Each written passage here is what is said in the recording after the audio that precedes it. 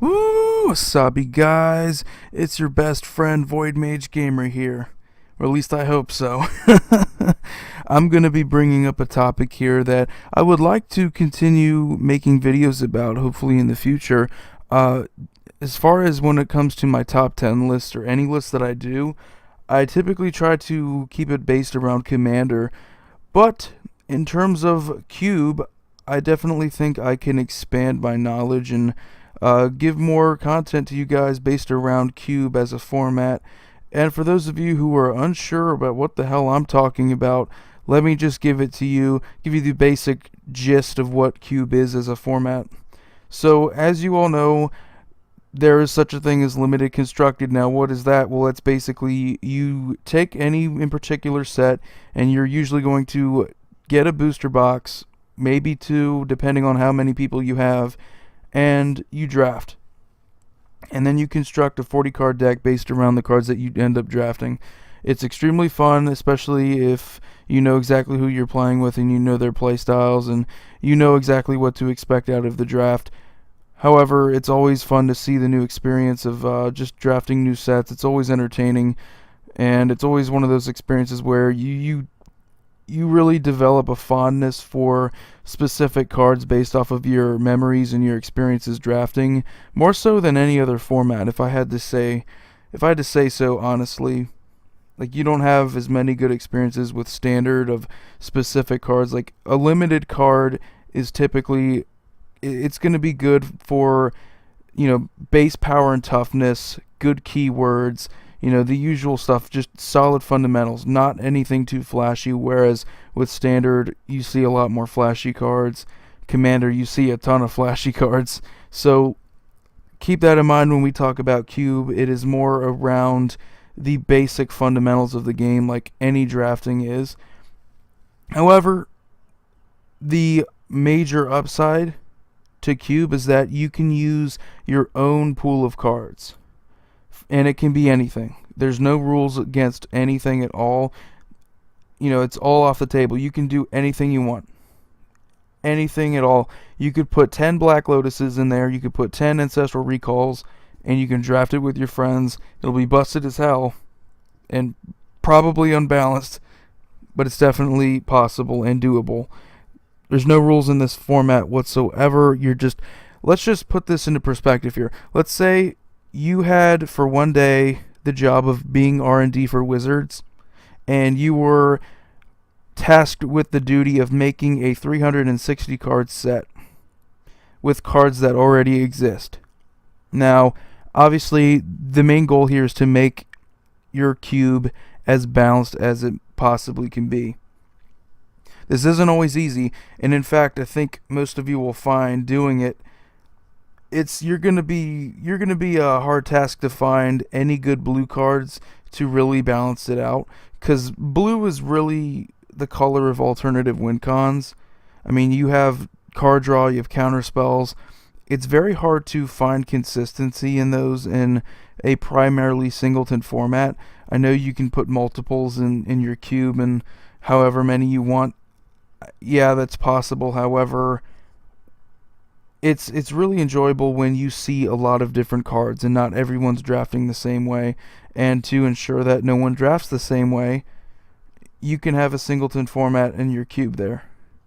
So that's the bonus right there. That's the main upside, is that it's such a diverse experience and you get so many different cards you get to look through, and the larger that your cube is, the more likely it is that you're going to have a different experience every time you draft. So typically the size for the cube, especially if you are going to draft 8 players, is the usual standard for cube drafts, and what's recommended is 360 cards in your cube. This is excluding basic lands, which you obviously set aside.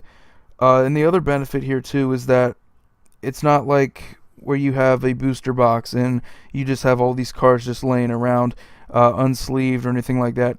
All your cube cards are sleeved, and yeah, you're going to use all the same color sleeves for obvious reasons there, but that's a huge benefit right there, because you don't have to worry about the condition of your cards really going to shit or anything like that, because they're all sleeved. Whereas if you were to draft from a booster box, if someone pulls something like one of the masterpieces or anything like that, anything that's high value that you don't want to get damaged or anything like that, you run a high risk of that in limited construction, in limited constructed, I mean, rather than cube drafts where you have sleeved cards. So that's a huge bonus right there. And also, if you know anybody who's been playing this game for a long time, like longer than me, I haven't been playing that game that long. So I've only drafted like from a cube a small handful of times. So my knowledge of the format, it's basically just what do I know about limited, and just take that and just expand it upon the entire game, the entire history of Magic and all the cards that encompass it.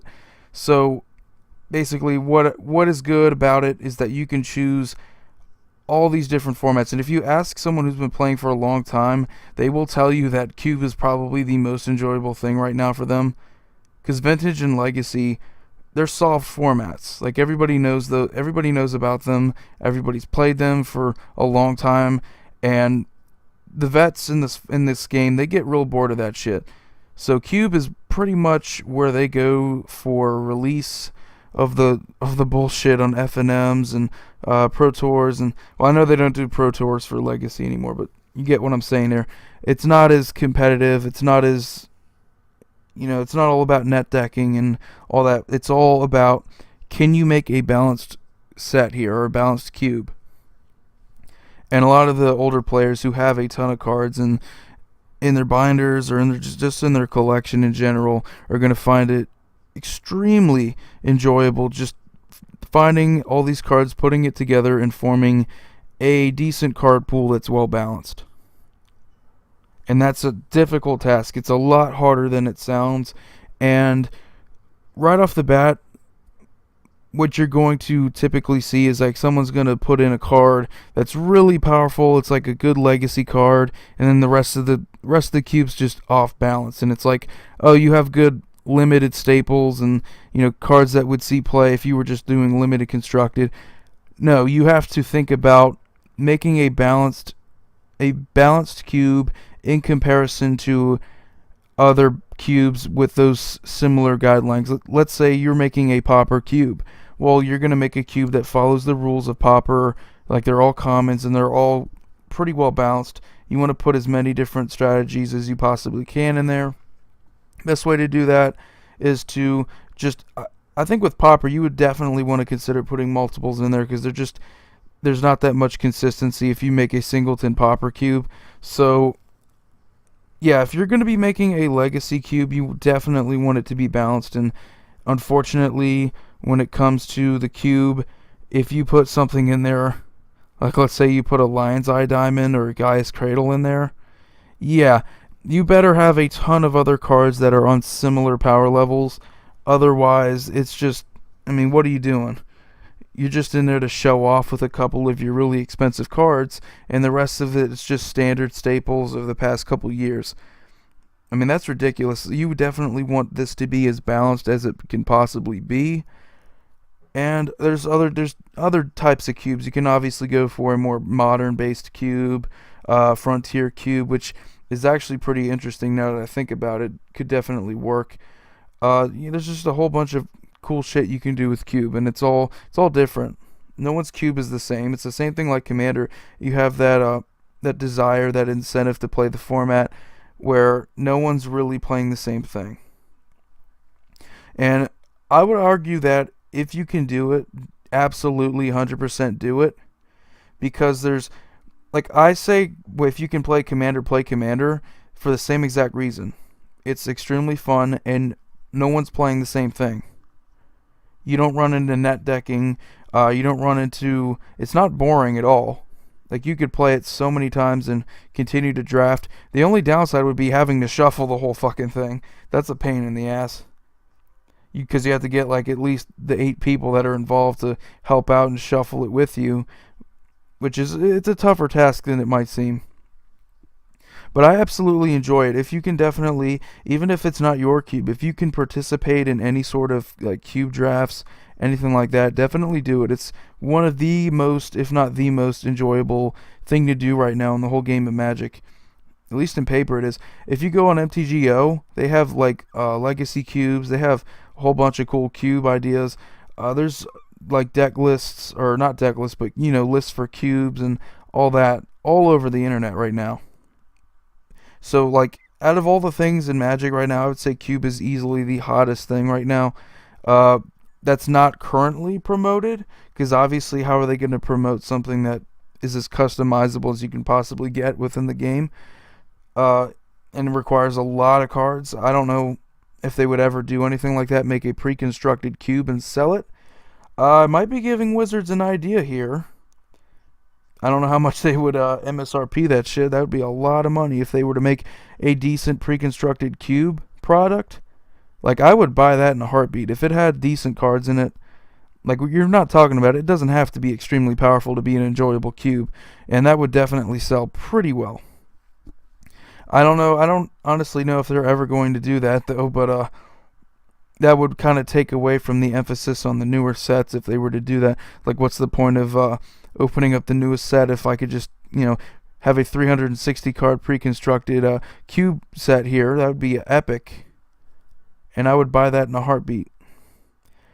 The only problem is they kind of already do that with the master sets. They're pretty good drafting. I don't know if that would say that they're cube level of good drafting, but they're decent for drafts. But yeah, I'm definitely, if you can play cube, play it. Another thing here too is that it's not being weighed down by all the competitive pro players that are, spiking up prices. And if you want your cube to be super competitive, you can have it super competitive. It's not gonna change how fun the experience is. It's just going to make it more intense, I guess you could say. The higher the power level it is, the more intense it is. It doesn't mean it's any less competitive. Because again, everyone's playing with the same pool of cards. It's not like, as long as your cube is balanced, everyone's playing with the same. Everyone has the same potential to make a good deck. So no one's really getting screwed out of anything. So that's a huge plus about the format. And like I said before, you have so many options. You can make it around Pauper, which is something that I think you should do. It's very easy. It doesn't require a lot of money. Pauper's cheap as shit, so you can only imagine making a Pauper cube. Shouldn't cost you more than a couple $100, which is dirt cheap compared to a lot of the cubes. Don't even think about making a vintage Power 9 cube. That's just a bunch of bullshit. Unless you already have those cards and 7 other friends that aren't going to steal your shit in a heartbeat. Don't even think about that. That's another thing too. You always run the risk, if you don't know the people who you're drafting with and it's your cube, you always run the risk of someone stealing your cards. And it's very difficult to find out which cards are missing, because you have like over 300 cards, and you're going to go through and look through and say which ones are missing. A lot harder than it might seem. Anyway, guys, let me know if you like this topic. Let me know if you're interested in making your own cube.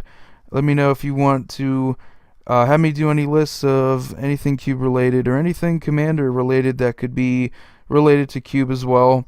So that's it for now. Stay tuned for more awesome content. You guys have a wonderful day. Void Mage Gamer here, signing off.